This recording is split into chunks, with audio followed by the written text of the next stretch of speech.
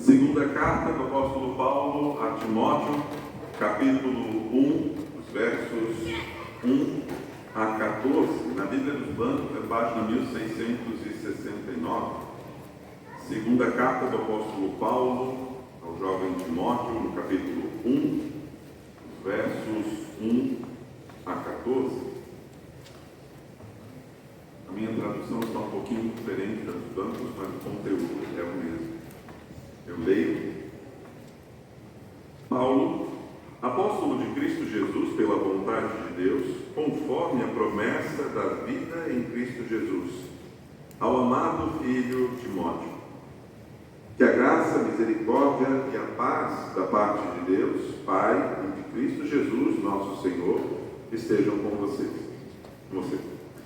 Dou graças a Deus, a quem desde os meus antepassados sirvo com a consciência limpa, porque sem cessar lembro de você nas minhas orações, noite e dia. Lembro das suas lágrimas e estou ansioso por ver você, para que eu transborde de alegria.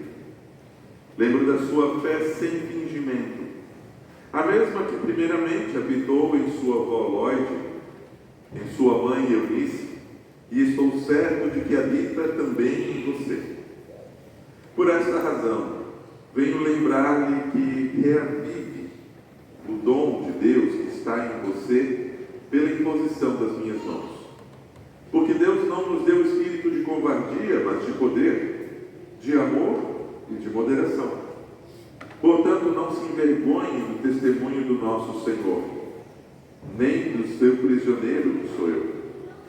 Pelo contrário, participe comigo dos sofrimentos a favor do Evangelho, segundo o poder de Deus, que nos salvou e nos chamou com sua santa vocação, não segundo as nossas obras, mas conforme a sua própria determinação e graça que nos foi dada em Cristo Jesus antes dos tempos eternos, e manifestada agora pelo aparecimento de nosso Salvador, Cristo Jesus. Ele não só destruiu a morte, como trouxe à luz a vida e a imortalidade mediante o Evangelho. Para este Evangelho eu fui designado pregador, apóstolo e mestre, e por isso estou sofrendo estas coisas. Mas não me envergonho, porque sei quem tenho crido e estou certo de que Ele é poderoso para guardar aquilo que me foi confiado até aquele dia. Mantenha o padrão das sãs palavras que de mim você ouviu com fé e com o amor que há em Cristo Jesus, por meio do Espírito Santo que habita em nós, e guarde o bom tesouro que lhe foi confiado. Até aqui a leitura. Que a graça do Senhor Jesus, o amor de Deus, o Pai, e a comunhão do Espírito Santo estejam conosco nesse momento. Amém.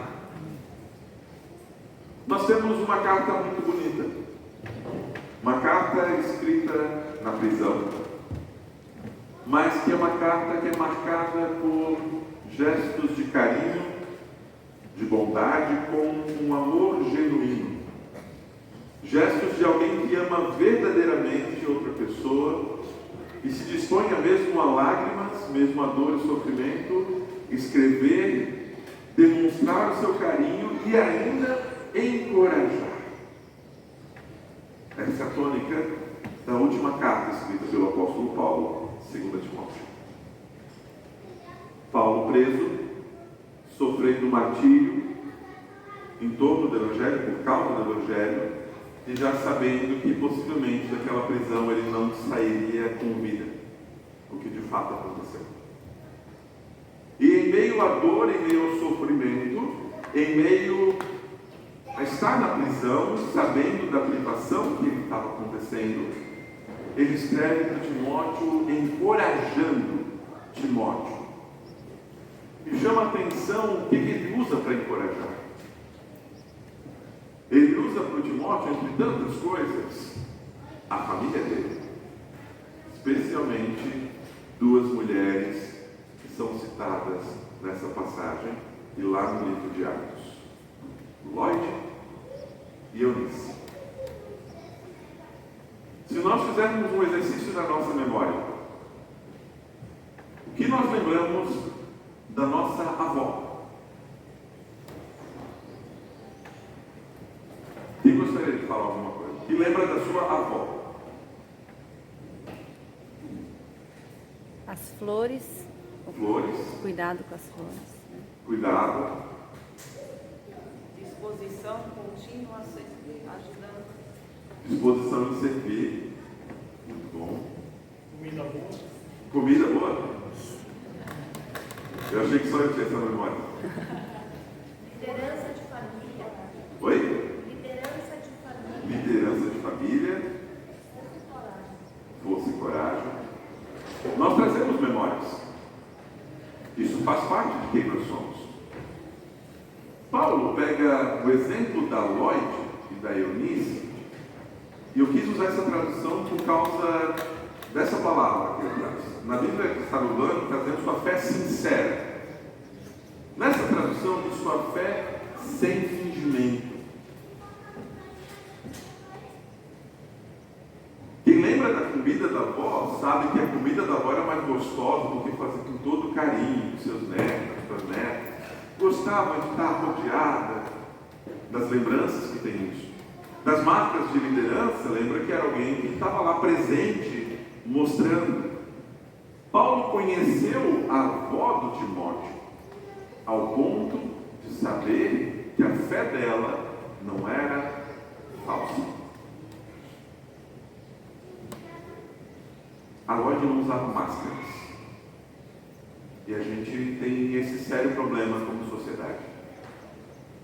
Nós colocamos máscaras em ambientes diferentes. E com isso a nossa fé também usa máscaras.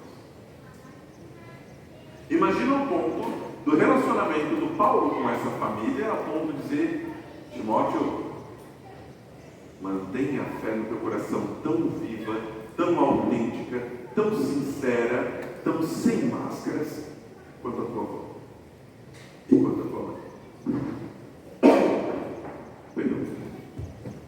Mantenha essa fé viva. Mantenha essa chama acesa no teu coração, para que a tua lembrança seja tão significativa. Dizer, eu quero uma fé viva como da minha avó. Eu quero uma fé presente. Uma fé que transcenda gerações. Uma fé que passe as barreiras das gerações e transforme vidas. Uma fé que sustenta na angústia, uma fé que abraça no luto, uma fé que são motivos diários para agradecer e celebrar o nome de Jesus Cristo.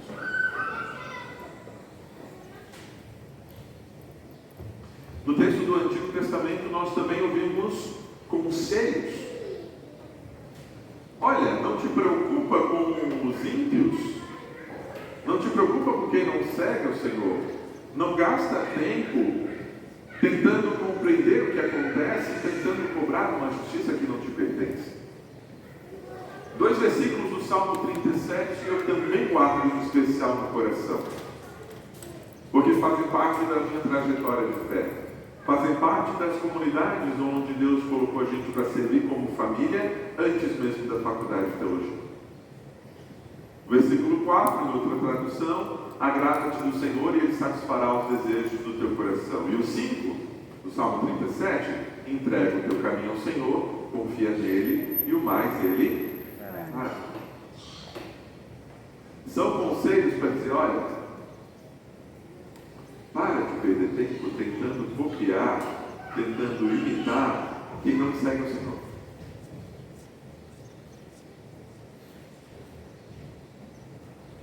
E no Novo Testamento, lembra da fé?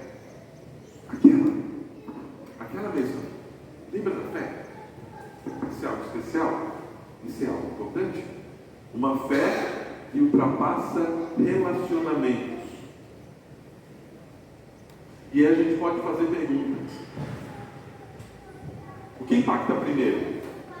A fé transforma os relacionamentos ou os relacionamentos moldam a fé?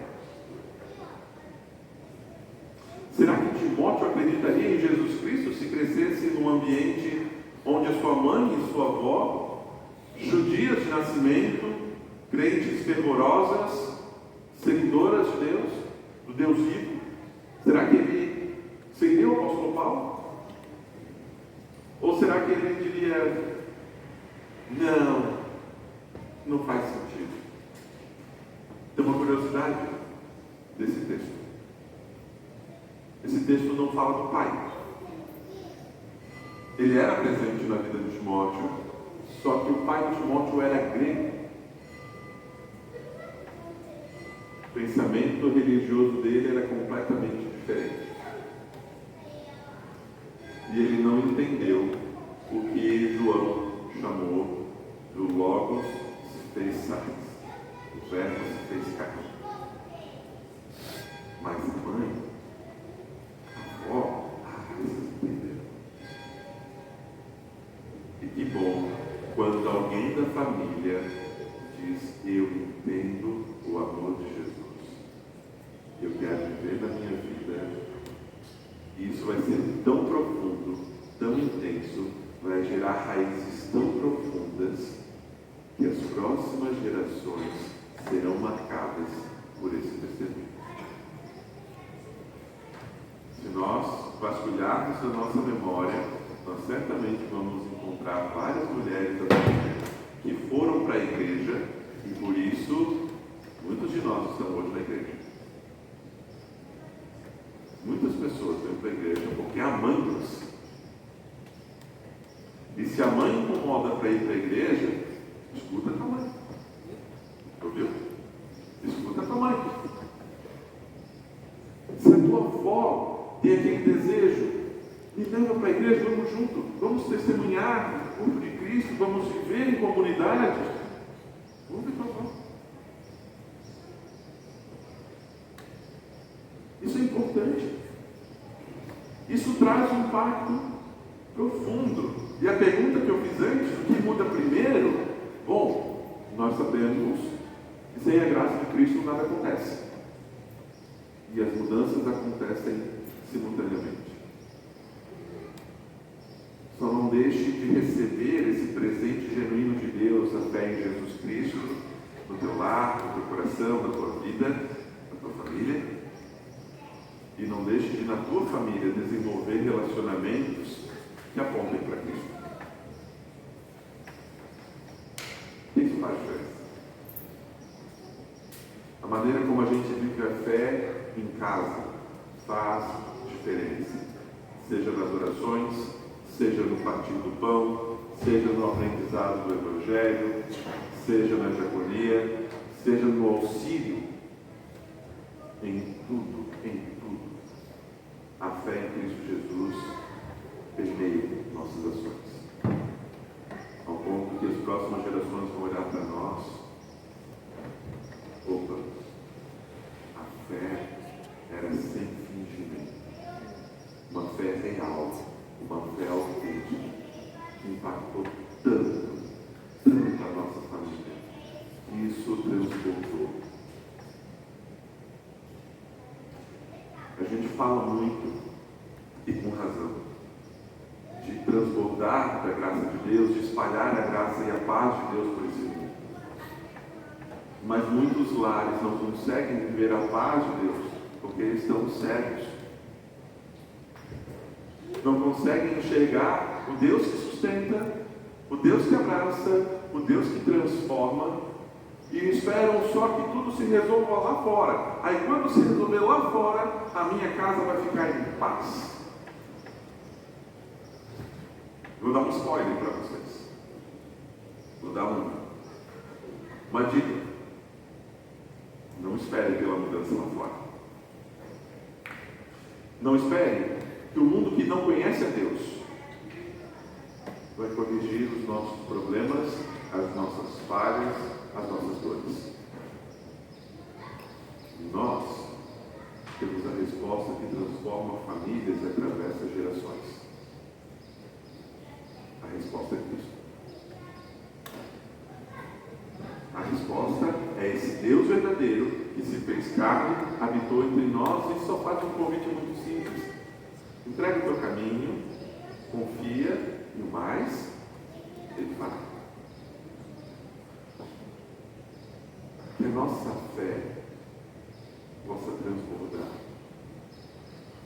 Que a graça de Cristo, esse Deus que nos perdoou, nós recebemos perdão, esse Deus que falou conosco por meio da sua palavra, possa habitar profundamente em nosso coração, em nossa vida, possa gerar raízes, e que por meio da graça de Cristo, várias pessoas possam experimentar esse amor, seja na nossa família, seja na nossa vizinhança, seja na comunidade,